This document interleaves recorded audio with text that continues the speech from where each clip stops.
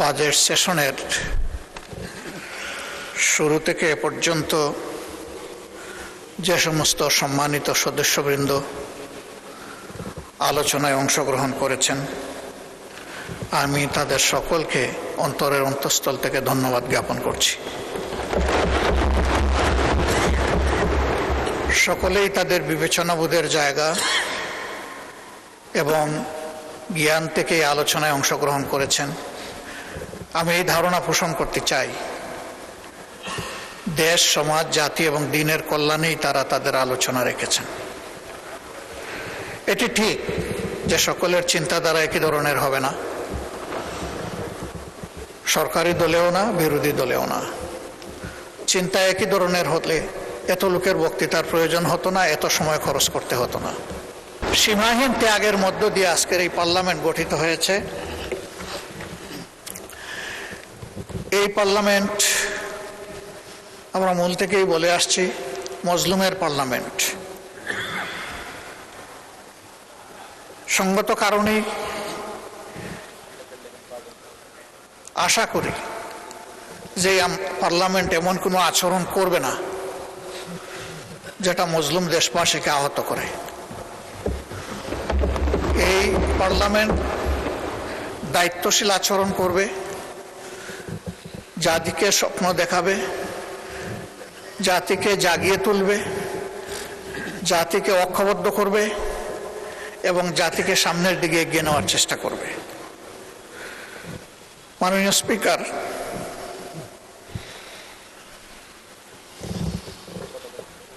আমরা এই বাজেট অধিবেশনে বাজেট বড় না ছোট, বাস্তবায়নযোগ্য বা তার সামনে চ্যালেঞ্জ আছে, এর সংখ্যাতাত্ত্বিক অনেক বিশ্লেষণ আমরা করেছি। আমি ওই দিকে খুব একটা যেতে চাই না, কারণ এই ব্যাপারে বিস্তারিত আলোচনা হয়েছে। এই সংসদে আজকে আমরা যারা আছি, এক সময় আমরা একদিকেই বসতাম, বিশেষ করে 2001 থেকে 2006, অল্প দুই একজন ছাড়া বা দুই একটি দল ছাড়া। এখন আমরা দুই অংশে সংযুক্ত, আমি বিভক্ত বলছি না, সংযুক্ত। কারণ কোনো যানবাহনে এক চাকায় চলে না। যানবাহন ড্রাইভ করতে হলে মিনিমাম 2টা টায়ার লাগে। এই সংসদেরও 2টা টায়ার, একটা সরকারি দল আর একটা বিরোধী দল। যে কোনো একটা টায়ার যদি অকেজ হয়ে যায়, পুরা যানবাহন অকেজ। সুতরাং আমরা সবাই খেয়াল রাখবো এই টায়ার দুইটি যাতে সচল থাকে। এই টায়ারে আপনি পিন লাগাবেন, পেরেক মারবেন, তাহলে কিন্তু ওই টায়ারটা ফুটো হয়ে যাবে। ওইটা ফুটো হয়ে গেলে ওই টায়ারও চলবে না, যেটা অবশিষ্ট।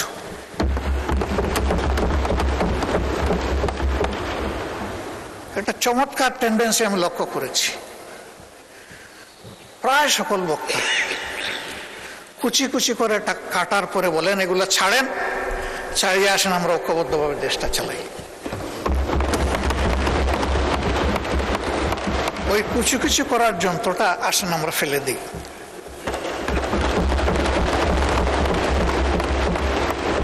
আমরা একটা বিউটিফুল ওয়ান্ডারফুল কম্বিনেশনে চলি। এর অর্থ এটি নয় যে সরকারি দলের যেটা অভিপ্রায়, বুঝে না বুঝে সেটাই হবে বিরোধী দলের অভিপ্রায়।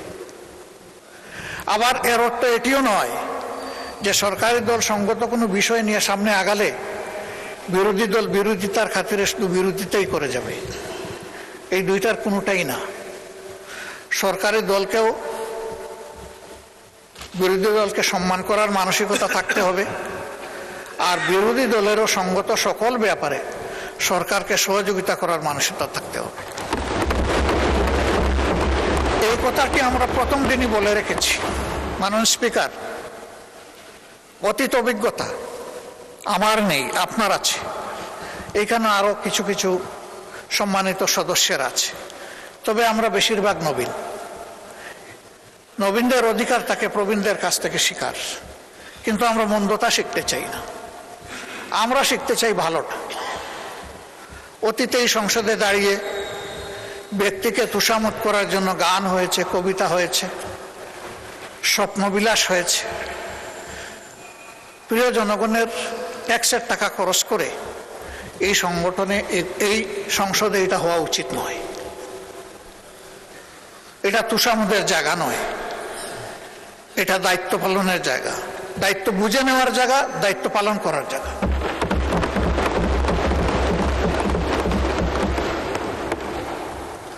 মাননীয় স্পিকার, বাজেট মূলত একটি জাতির টিকে থাকার এবং সামনে এগিয়ে যাওয়ার চার্টার। আমি ধন্যবাদ জানাই মাননীয় অর্থমন্ত্রীকে, সরকার গঠনের পরে খুব কম সময় পেয়েও একটা বিধ্বস্ত অর্থনীতির ধ্বংসস্তূপের উপর দাঁড়িয়ে তিনি সংসদে একটা বাজেট পেশ করেছেন। মাননীয় স্পিকার, এই সেশনটা কার্যত আগামীকালকে শেষ হবে না, কিন্তু এই চ্যাপ্টারটা ক্লোজ হবে আগামীকাল। কারণ জুলাইয়ের 1 তারিখ থেকে এই বাজেট বাস্তবায়ন শুরু হবে ইনশাআল্লাহ। এই ক্ষেত্রে আমাদের সুস্পষ্ট প্রস্তাবনা যে আমরা দেখতে পাচ্ছি অতীতে বর্তমানে কোনো বেশ কম হয়নি। এটা জুলাই টু জুন হওয়ার কারণে এবং শেষের দিকটা বন্যা দুর্যোগ থাকার কারণে তাড়াহুড়া করে অর্থ ছাড়া হয়। সারা 10 মাসে 42%, আর এই সময় আরো 42% থেকে যা হয় পুরোপুরি। পরে এখানে অপচয় এবং লুটপাটের দুয়ার উন্মুক্ত হয়ে যায়। আমাদের প্রস্তাবনা কালকেও এখানে আলোচনায় এসেছে, পরশু এসেছে, এর আগেও এসেছে।